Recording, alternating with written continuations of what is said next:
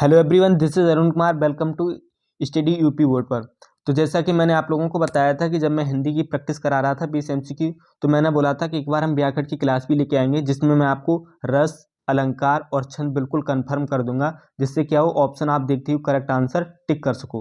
क्योंकि ऐसे आपको बहुत प्रॉब्लम हो रही थी, तो इस वजह से मैं ये लेकर के आया हूँ। उम्मीद करता हूँ कि अगर आप ये क्लास एक बार देख लेते हो तो दोबारा आपको व्याकरण पढ़ने की आवश्यकता नहीं होगी और एक बार में ही आपको ऑप्शन देखते ही करेक्ट कर लोगे कि इसका क्या आंसर होगा। तो चलिए फिर बिना टाइम वेस्ट किए अपनी क्लास को स्टार्ट करते हैं। और इस क्लास की सबसे अच्छी खासियत ये है कि आपको बिल्कुल सरल भाषा में और बिल्कुल बेसिक से बता दिया जाएगा, जो आपने अगर अभी तक व्याकरण बिल्कुल भी नहीं पढ़ा होगा तब भी आप अच्छे से समझ पाओगे और आप आने वाले एमसीक्यू अच्छे से सॉल्व कर पाओगे। तो चलिए फिर मैं क्लास को स्टार्ट करता हूँ। तो सबसे पहले हम पढ़ेंगे रस, यानी रस की स्टार्ट करते हैं। तो रस की बात की जाए तो सबसे पहले हम रस की डेफिनेशन को समझते हैं कि रस का परिभाषायार्थ क्या होता है। तो देखो दिया है, रस का शाब्दिक अर्थ है आनंद। काव्य को पढ़ने या सुनने से जिस आनंद की अनुभूति होती है उसे रस कहा जाता है। देखो रस का क्या होता है, स्वाद या आनंद। तो काव्य को पढ़ने या सुनने में जो हमें आनंद मिलता है उसकी जो अनुभूति करते हैं उसे हम क्या कहते हैं, रस। आगे बात की जाए रस के प्रकार, तो रस के प्रकार कितने होते हैं, रस के 11 प्रकार होते हैं, जिसमें फर्स्ट है श्रृंगार रस, हास्य रस, करुण रस, रौद्र रस, वीर रस, भयानक रस, विभत्स रस, अद्भुत रस, शांत रस, वत्सल रस, भक्ति रस। यानी टोटल 11 प्रकार के रस दिए गए हैं। लेकिन हम अपने सिलेबस के अनुसार देखें तो सिर्फ हमें 2 ही रस पढ़ने, एक हास्य रस पढ़ना होगा और एक करुण रस पढ़ना होगा। लेकिन हमें ये 11 जानने की आवश्यकता है इस वजह से क्योंकि ऑप्शन में कई बार आ जाता है कि इसमें कौन से रस हैं, तो अदर ऑप्शन भी हमें देखने को मिलते हैं और कई बार इनके स्थायी भाव भी पूछ लिए जाते हैं। तो सबसे पहले हम इनके स्थायी भाव को देखते हैं। तो जैसे हमारा दिया गया है, एक तरफ हमारे क्या है, रस है और दूसरी तरफ क्या है, स्थायी भाव। तो जैसे फर्स्ट हमारा दिया गया था श्रृंगार रस, तो श्रृंगार रस का स्थायी भाव क्या हो जाएगा, रति। और हास्य रस का क्या हो जाएगा, हास्य हो जाएगा। करुण रस का क्या हो जाएगा, सुख।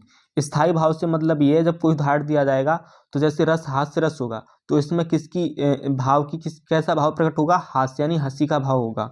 और करुण रस दिया जाएगा तो उसमें कैसा भाव प्रकट होगा, शोक होगा। इसी प्रकार से देख सकते हैं। तो दिया गया रौद्र, रौद्र में क्या होगा, क्रोध होगा। वीर रस में क्या होगा, उत्साह यानी वीरता की बात की जाएगी। नेक्स्ट देखते हैं हम अपना, नेक्स्ट दिया गया है भयानक रस। भयानक में क्या होता है, भय, भय की बात की जाएगी। विभत्स रस में जुगुप्सा होगा। अद्भुत में विस्मय होगा। शांत में निर्वेद होगा।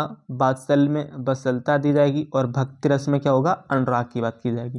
तो ये स्थायी भाव है। हालांकि हमें ज़्यादा नहीं लेकिन 2 तो जरूर याद रखनी है कि हास्य रस का क्या होगा, हंसी की बात की जाएगा और करुण रस में क्या होगा, सुख की बात की जाएगी। तो ये दोनों तो हमें कन्फर्म रखनी है। तो नेक्स्ट देखते हैं हम। तो सबसे पहले हमें फर्स्ट पढ़ना था कौन सा, करुण रस। करुण रस की डेफिनेशन को समझते हैं। देखो मैंने ऑलरेडी बताया था करुण का क्या होता है, स्थायी भाव सुख। तो इसका दिया स्थायी भाव सुख होता है। इस रस में किसी अपने का विनाश या अपने का वियोग, द्रविनाश, प्रेमी से सदैव बिछड़ जाने की, दूर चले जाने के जो दुख या वेदना उत्पन्न होती है उसे करुण रस कहते हैं। यदि वियोग संग्राम में भी रस का दुख अनुभव होता है लेकिन वहाँ दूर जाने पर पुनः मिलने की आशा बधी रहती है। मतलब ये बात कहा गया है कि सुख करुण रस में क्या होता है, किसी के बिछड़ने का वियोग हो, किसी की चीज के विघटन का वियोग हो, मतलब दुख की बात की जाए, या नायिका नायिका के बिछड़ने की बात की हो जाए। लेकिन याद रखना श्रृंगार रस में भी नायिका और नायक के बिछड़न की बात की जाती है, लेकिन वहाँ एक चीज रहती है, वहाँ एक उम्मीद रहती है कि अब नायक और नायिका आगे मिल जाएंगे। लेकिन करुण रस में ऐसा नहीं होता, वो परमानेंट के लिए बिछड़ जाते हैं। तो आई होप करुण रस को आपसे समझ में अच्छे से पहचान में आ जाएगा कि किसी के वियोग की बात की जाए, किसी के बिछुड़ने की बात की जाए, या किसी का विनाश हो जिससे क्या हो, हमें दुख महसूस हो रहा हो, तो वहाँ क्या होगा, करुण रस। जैसे उदाहरण देखते हैं, हे खरग हे मृग मधुकर श्रेणी, तुम देखी सीता मृग नैनी। देखो इन पंक्तियों में क्या है, जब सीता माता खो जाती हैं तो राम जब वन में जाते हैं तो पेड़ पौधे पक्षियों से सबसे पूछ रहे होते हैं कि क्या तुमने कहीं मेरी सीता को देखा है। तो जिस कारण क्या हो, शोक महसूस कर रहे हैं और रो रो करके सभी से इधर उधर पूछ रहे होते हैं। तो वहीं का उदाहरण दिया गया है कि हे खग हे मधुकर श्रेणी, तुम देखी सीता मृग नैनी, तो जिसके बारे में शोक की बात की जा रही है। नेक्स्ट देखते हैं हम अपना, दूसरा हमारा है हास्य रस। हास्य रस ऑलरेडी मैं आपको बता चुका हूँ, हंसी की बात ही की जाती है। तो देखो, हास्य रस मनोरंजक है। हास्य रस नव रसों के अंतर्गत स्वभाव अधिक सुखात्मक एवं प्रतीत होता है। हास्य रस का स्थायी भाव हास्य है। इसके अंतर्गत वेशभूषा, वाणी आदि विकृति देखकर मन में जो प्रसन्नता भाव उत्पन्न होता है, उसे ही हम हास्य की उत्पत्ति होती है, इसे ही हास्य रस कहते हैं।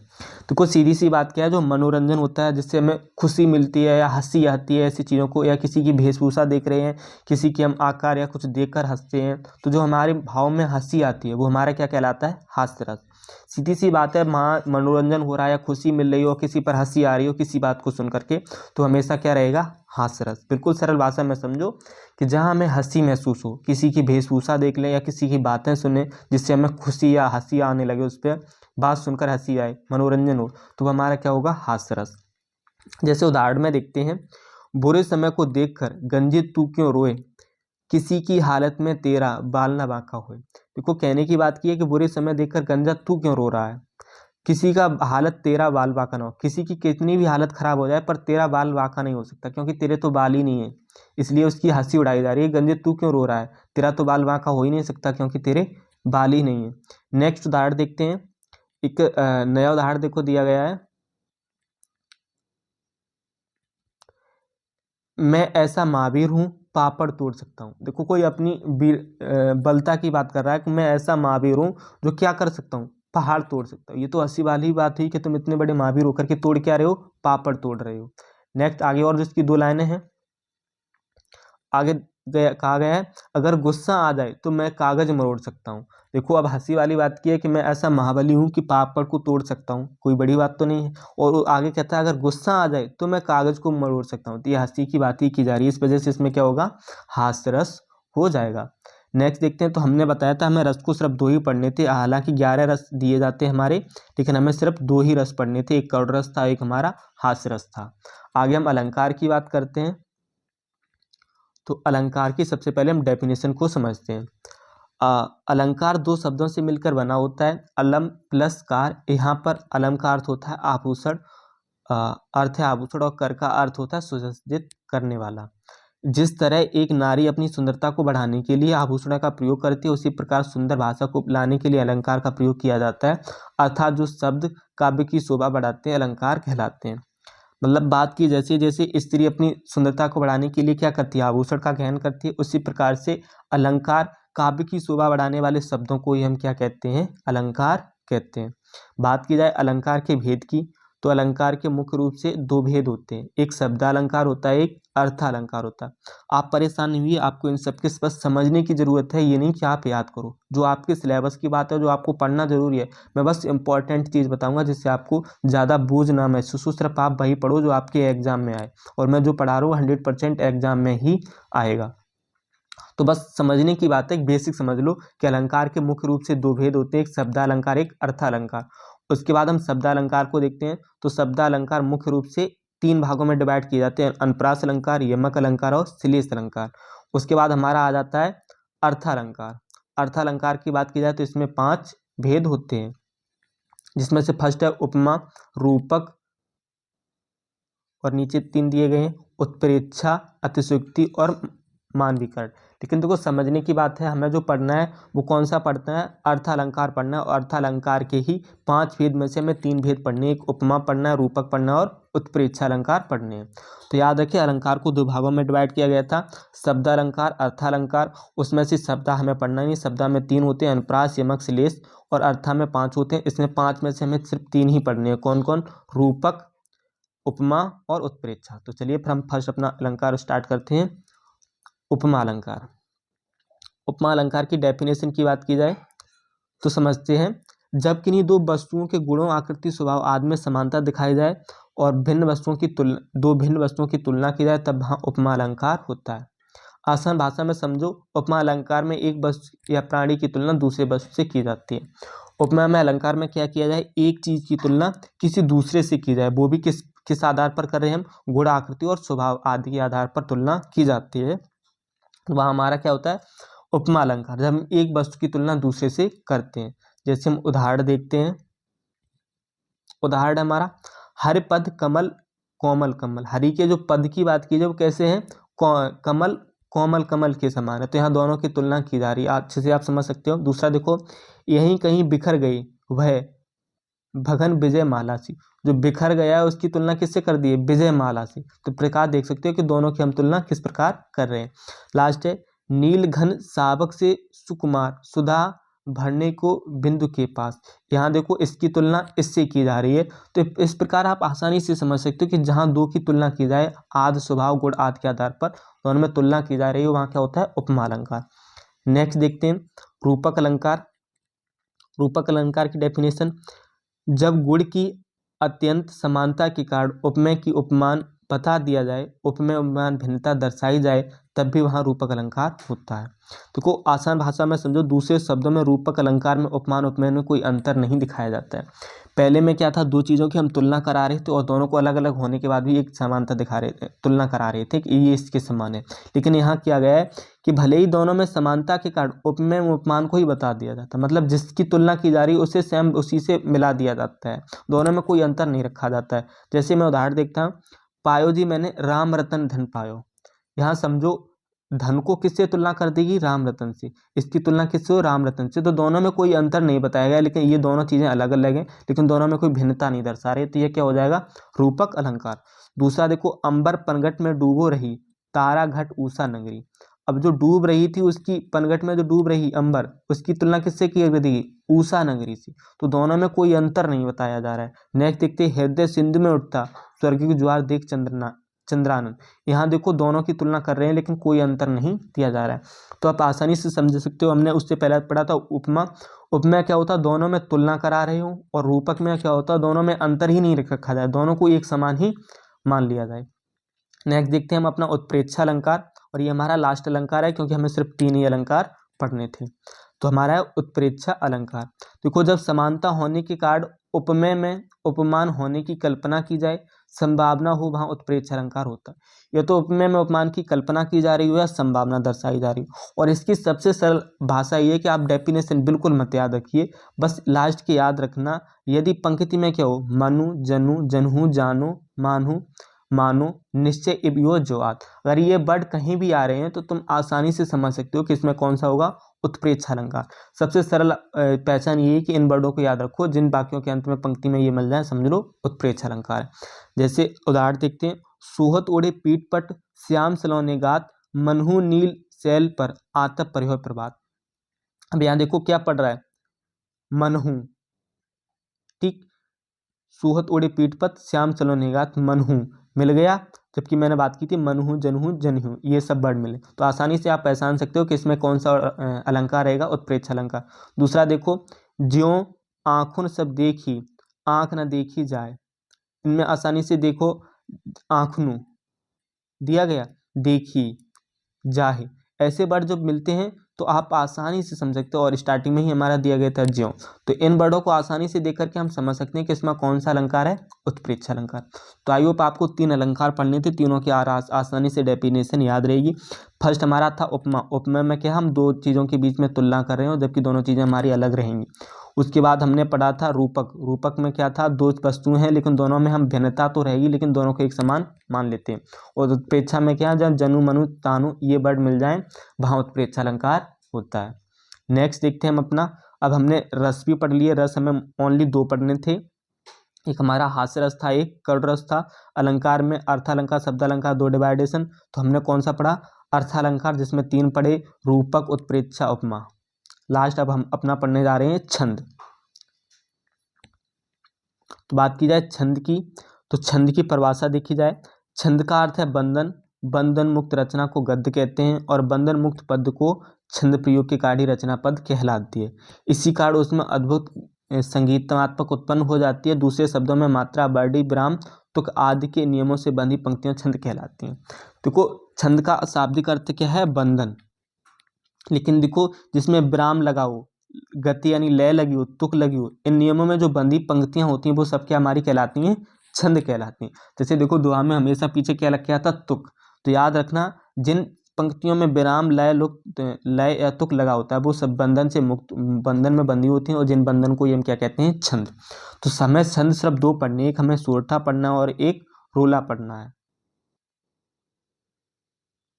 तो हम सबसे पहले अपना सोरठा को देखते हैं। देखो सोरठा में जो क्वेश्चन में पूछे जाते हैं, आपने प्रीवियस ईयर सेट में भी देखा था, तो उनमें से ज़्यादातर क्या पूछा जाता है, या तो ये पूछा जाता है दोहा किसका उल्टा होता है, या दोहे की पहले और तीसरे चरण में मात्राएं कितनी होती है। तो सबसे अच्छी चीज़ ये है कि इसमें सिर्फ हमें ये याद रखना यह दोहे का उल्टा होता है। और क्या याद रखना है, इसके पहले और तीसरे चरण में 11-11 और चौथे चरण में, दूसरे और चौथे चरण में 13-13 मात्राएं होती हैं। तो पूरी डेफिनेशन एक बार समझ लेते हैं सोरठा की। लक्षण क्या है, यह एक अर्धसम मात्रिक छंद है, इसमें 4 चरण होते हैं। इसके पहले और तीसरे चरण में 11 मात्राएं और दूसरे और चौथे में 13 मात्राएं होती हैं, और ये दोहा का उल्टा होता है।